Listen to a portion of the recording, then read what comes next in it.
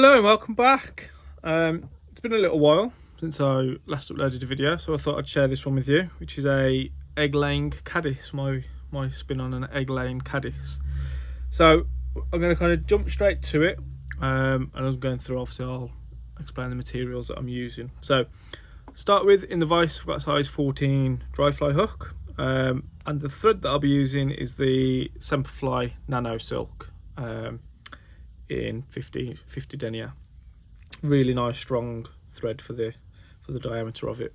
So just like normal, we'll catch the tying thread in just behind the eye, and we'll take a few wraps rearward like so.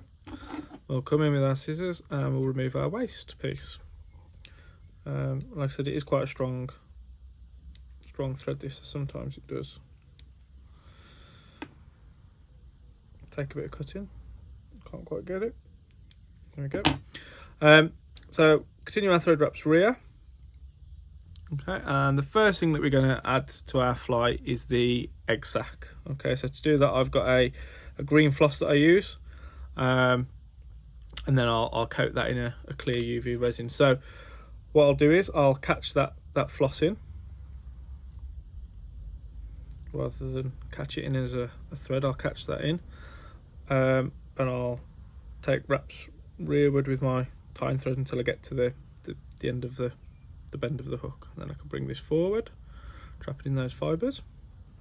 Okay, now like I say, this is what's going to create my my egg sac. So I'm just going to take my time building this up. So we're going to take it obviously rearward. I'm going to come back around about 5 or 6 turns before we start to come back up. When we get to the middle, we'll take an extra couple of turns just to help create a little ball there. This thread does open up a little bit, so there we go. And then I can bring that forward and catch that in with my tying thread, like so. The other way you can do this is to use a green UV resin, but I just think that this way, although it's a little bit more fiddly sometimes, it does actually warrant it. Makes the fly look a little bit neater. So UV resin that I'll be using is the stuff from Deer Creek, which is the fine. So I'll come with a little dab of that, work that in.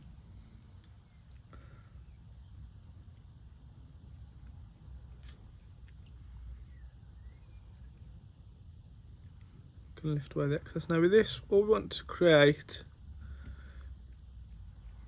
is just a small, almost egg shape at the back of the fly. You don't want to create too much bulk. Okay, so we're just covering the thread there. What we'll do then, we'll come in with our UV torch, give that a set.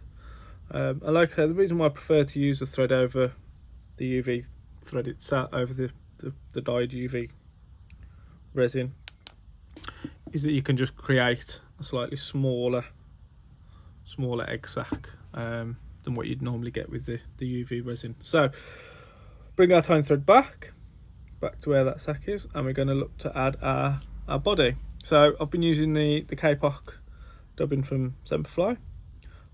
Really nice lightweight dubbing, and it floats for forever almost. Okay, so this is the tan colour that I'm using. I'll bring that up, catch it in, and then we just need to bring that forward, creating our tapered body as we do so. And then when we get roughly to about 5mm from the eye, we'll add in our deer hair wing. Okay, so I've already prepared my deer hair. I've got it in the stacker. I'll give it a little tap.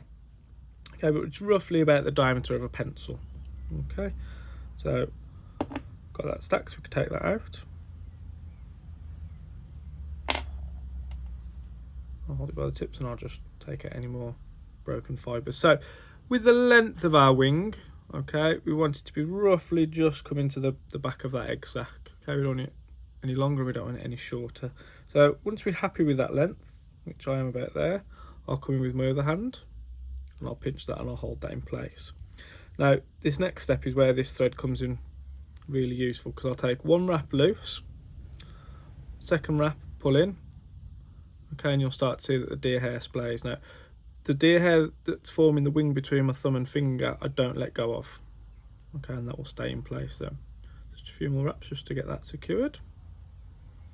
Okay, and we can remove, and I'm fairly happy with that. So our next job is now to obviously come along and neaten up these waist pieces. So once you get them, you want to come in with your scissors and you want to cut it as close to the eye as possible, like so.